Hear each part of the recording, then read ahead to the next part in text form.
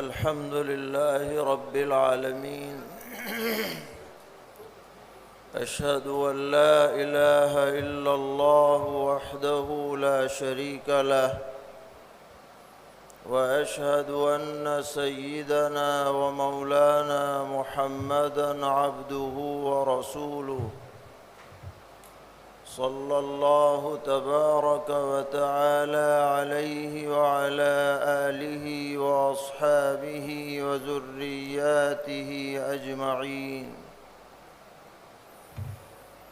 أما بعد، فقد قال رسول الله صلى الله تعالى عليه وسلم: الإسلام بدأ غريباً وسيعود كما بدأ غريباً فطوبى للغرباء، أو كما قال عليه الصلاة والسلام. حضرت صدر محترم اور جمعیت علماء ہند کے اراکین اور ذمہ داران، الحمدللہ ہماری یہ جماعت 1 صدی سے زیادہ عرصے سے ملک اور ملت اسلام اور مسلمانوں کی خدمت انجام دیتی آ رہی ہے، اور یہ دراصل ایک رضاکار جماعت ہے. بہت سے لوگ یہ سمجھتے ہیں کہ دین کا کام چند خاص کاموں تک محدود ہے. نماز پڑھو، روزہ رکھو، تلاوت کرو، ذکر کرو، یا مدرسے میں پڑھنے پڑھانے کا کام کرو، یا خانقاہوں میں بیٹھ کر تزکیے اور سلوک کا کام کرو. تو لوگ سمجھتے ہیں کہ ہاں بھئی یہ دین کا کام ہے. لیکن آپ ذمہ دار حضرات ہیں اور یہ بات اچھی طرح جانتے ہیں کہ ہمارا دین چند شعبوں تک محدود نہیں ہے. حضرت والد صاحب رحمۃ اللہ علیہ اس بات کو بہت زور دے کر بیان فرمایا کرتے تھے کہ جس طرح ایک طالب علم کو، ایک معلم کو، ایک شیخ کو یا کسی بھی عبادت گزار کو اپنی عبادات میں ثواب ملتا ہے، اسی طرح اگر کوئی معاشرے کی اصلاح کے لیے، سماجی سدھار کے لیے، یا سیاسی سربلندی کے لیے، یا مسلمانوں کی معاشی ترقی کے لیے کام کرتا ہے، وہ بھی اسی طرح اجر و ثواب کا مستحق ہے، کیونکہ ہمارا دین سب چیزوں کو شامل ہے. اللہ تبارک و تعالی نے قرآن پاک میں سرور عالم صلی اللہ تعالی علیہ وسلم کو حکم دیا ہے، اور وہ حکم آپ کو ہے، لیکن مخاطب ہم ہیں. کیا ہمارا یہ نظریہ ہونا چاہیے، یہ مزاج ہونا چاہیے کہ قل ان صلاتی ونسکی ومحیای ومماتی للہ رب العالمین لا شریک لہ وبذالک امرت وانا اول المسلمین. اس آیت میں تمام مسلمانوں کے لیے زندگی گزارنے کا ایک منشور دے دیا گیا ہے. ہماری نماز، ہماری عبادات، اور پھر ہماری زندگی اور ہماری موت، اس میں سب چیزیں آ گئیں. عبادات بھی ہیں، معاملات بھی ہیں، معاشرت بھی ہیں، اخلاق بھی ہیں، یہ سب اللہ کے لیے ہونے چاہیے جو رب العالمین ہے، جس کا کوئی شریک اور ساجی نہیں۔ اور فرمایا کہ آپ کہیے کہ مجھے اسی کا حکم دیا گیا ہے، اور جب آپ کو حکم دیا گیا تو آپ کی امت کو بھی یہی حکم ہے، وَأَنَا أَوَّلُ الْمُسْلِمِينَ، اور میں سب سے بڑا اللہ کا تابعدار ہوں، عبادت گزار بھی ہوں، معاشرت میں بھی دین کی پابندی کرنے والا ہوں، معاملات میں بھی ان کا لحاظ کرنے والا ہوں۔ یہ ہمارے لیے ایک منشور ہے، ایک رہنما ہدایت ہے۔ تو جمعیت علماء کے کام جو مختلف شعبوں میں پھیلے ہوئے ہیں، یہ کوئی دنیا داری نہیں ہے۔ اگر حسن نیت کے ساتھ ان کو انجام دیا جائے، یہ بھی سراپا دینداری ہے۔ اس کو بھی اجر و ثواب کی نیت سے انجام دینا ہے۔ ہمارا دین ہمیں سکھلاتا ہے، پریشانی کے وقت جب کوئی حادثہ پیش آ جائے، مصیبت پیش آ جائے، تو سرور عالم صلی اللہ تعالی علیہ وسلم نے نماز قضا فرما دی۔ نماز جیسی اہم ترین عبادت جو دین کا ستون ہے، جنگی حالات پیش آئے، نماز قضا فرما دی، بعد میں ادا فرمائیں۔ اس وقت کا دین وہی تھا جس میں نبی اکرم علیہ السلام نے صحابہ کو لگایا ہے۔ آگ لگ رہی ہے، لوگ مر رہے ہیں، اور آدمی لمبی سی نماز کی نیت باندھ کے کھڑا ہو جائے، یہ دینداری نہیں ہے۔ وہاں جان بچانا یہ اصل دین ہے۔ ایسے ہی اور بہت سے مواقع ہیں، وقت پر جو چیز جتنی ضروری ہو اس کو بہتر سے بہتر انداز میں پیش کرنا اور اس میں اپنی ذمہ داری ادا کرنا، یہی ہمارا دین ہمیں سکھلاتا ہے۔ جمعیت علماء کے کام پہلے بھی ہوتے رہے، ماشاءاللہ علاقوں میں مقامی اعتبار سے، ضلعی اعتبار سے، تحصیل کی سطح پر، صوبائی سطح پر، لیکن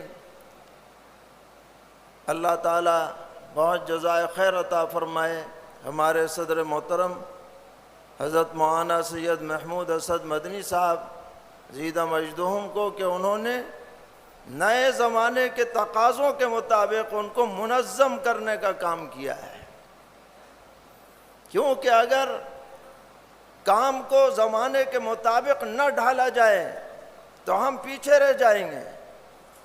تربیت کا بھی کام ہے، رپورٹیں لینے کا کام ہے، ان سب کو کاغذ پر مرتب کرنے کا کام ہے۔ یہ سب چیزیں کل سے آپ دیکھ رہے ہیں، سن رہے ہیں، آپ کے سامنے آ رہی ہیں۔ ایک جماعت ایک منظم انداز میں کھڑی ہو رہی ہے، کھڑی پہلے بھی تھی، ہمیں اس سے انکار نہیں ہے، لیکن اس کے اندر جو ایک منظم نظام قائم کیا گیا ہے، یہ بہت خیر کا سبب ہے۔ یہ ہمارے لیے سستی دور کرنے کا بھی ذریعہ بنے گا۔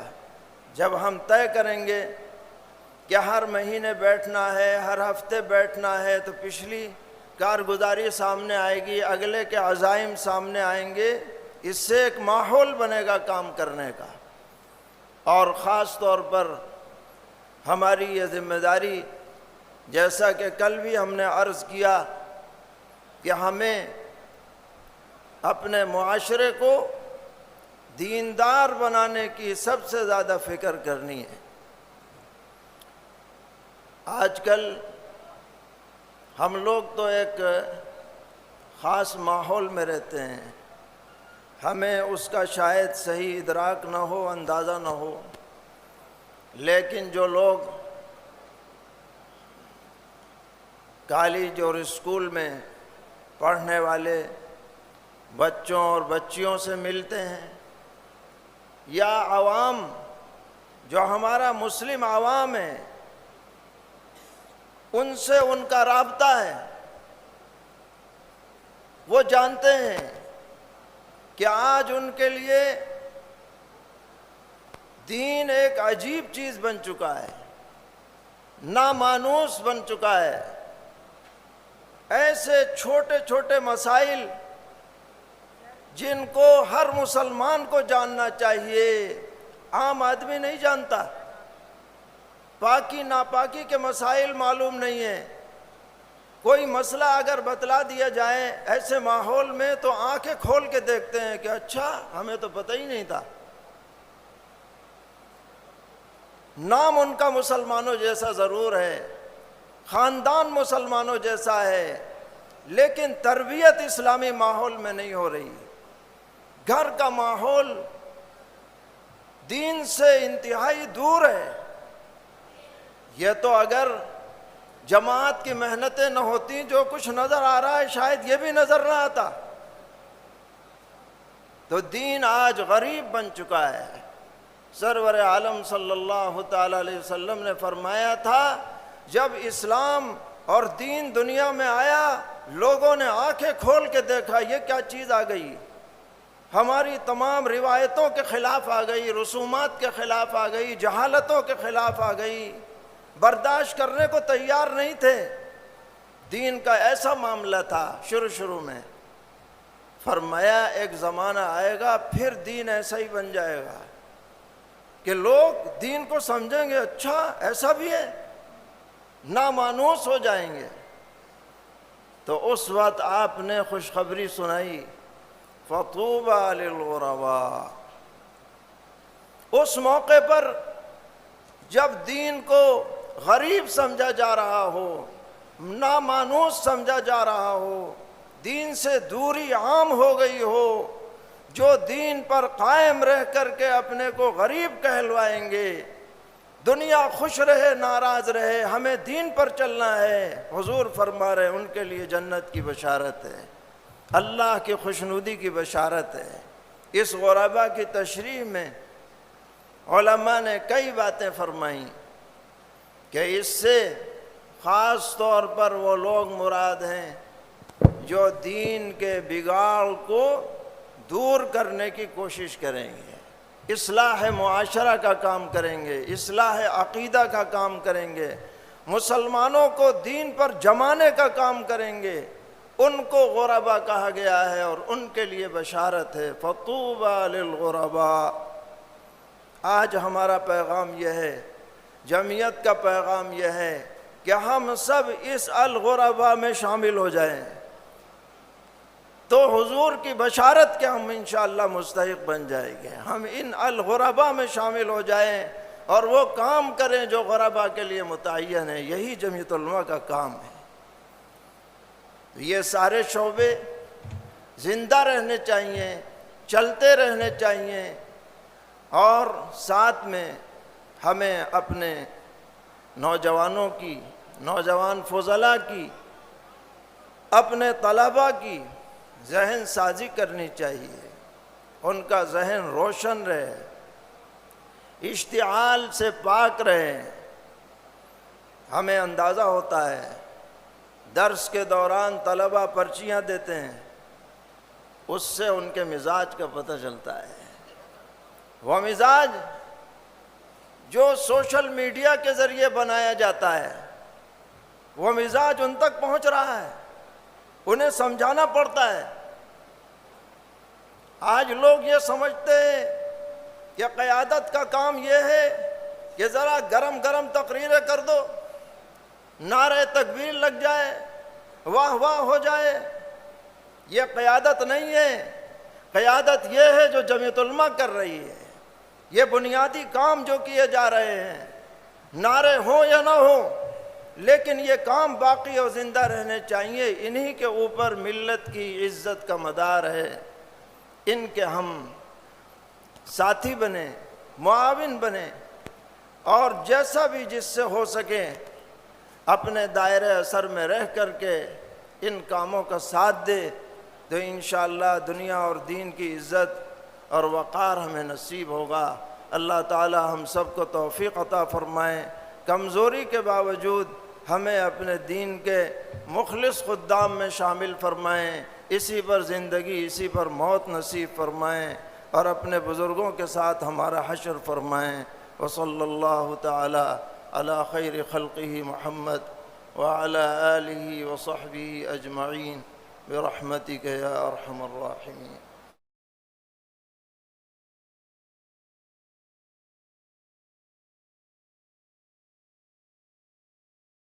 سید ولد آدم خیر الانام